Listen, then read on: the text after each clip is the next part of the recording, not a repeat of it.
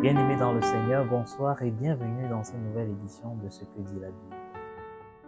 De plus en plus, nous observons des chrétiens qui décident délibérément de vivre leur foi en dehors de leur communauté chrétienne.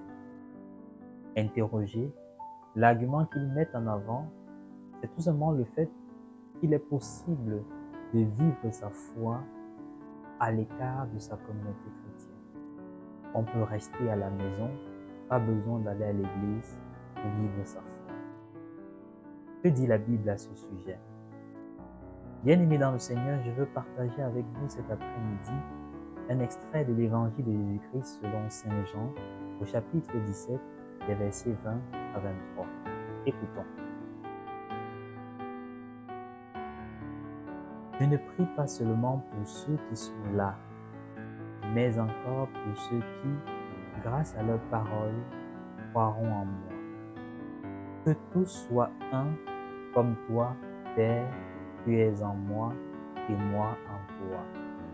Qu'ils soient un en nous, eux aussi, pour que le monde croie que tu m'as envoyé. Et moi, je leur ai donné la gloire que tu m'as donnée, pour qu'ils soient un comme nous sommes un. Moi en eux et toi en moi. Qu'ils deviennent ainsi parfaitement un, afin que le monde sache que tu m'as envoyé et que tu les as aimés comme tu m'as aimé.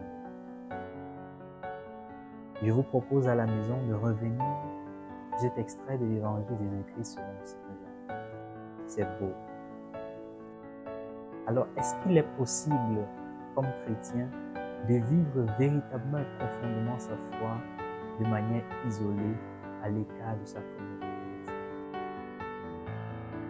Dans cet extrait que nous avons écouté, la réponse est claire. Il est impossible. Pourquoi? La première raison, c'est que l'unité des chrétiens est une volonté de Dieu. Jésus prie pour que nous soyons unis. C'est la première des choses. Le désir ardent de Dieu, c'est de voir les chrétiens que nous sommes parfaitement unis. Alors, il est incohérent pour tout chrétien de vivre pleinement sa foi en se mettant à l'écart de sa communauté chrétienne. La deuxième des choses qui découle de la première, c'est que Jésus désire nous voir unis. Pourquoi? Parce que l'unité est un témoignage éloquent. L'unité témoigne, comme Jésus le dit dans le verset 23, de l'amour immense de Dieu pour nous. Le plus grand scandale de nous chrétiens dans le monde aujourd'hui, c'est bien malheureusement notre division. Si l'unité témoigne de l'amour et de la grandeur de Dieu, la division, elle, témoigne de la haine, témoigne de l'impuissance. Bien-aimés dans le Seigneur, nos communautés chrétiennes ne sont pas parfaites.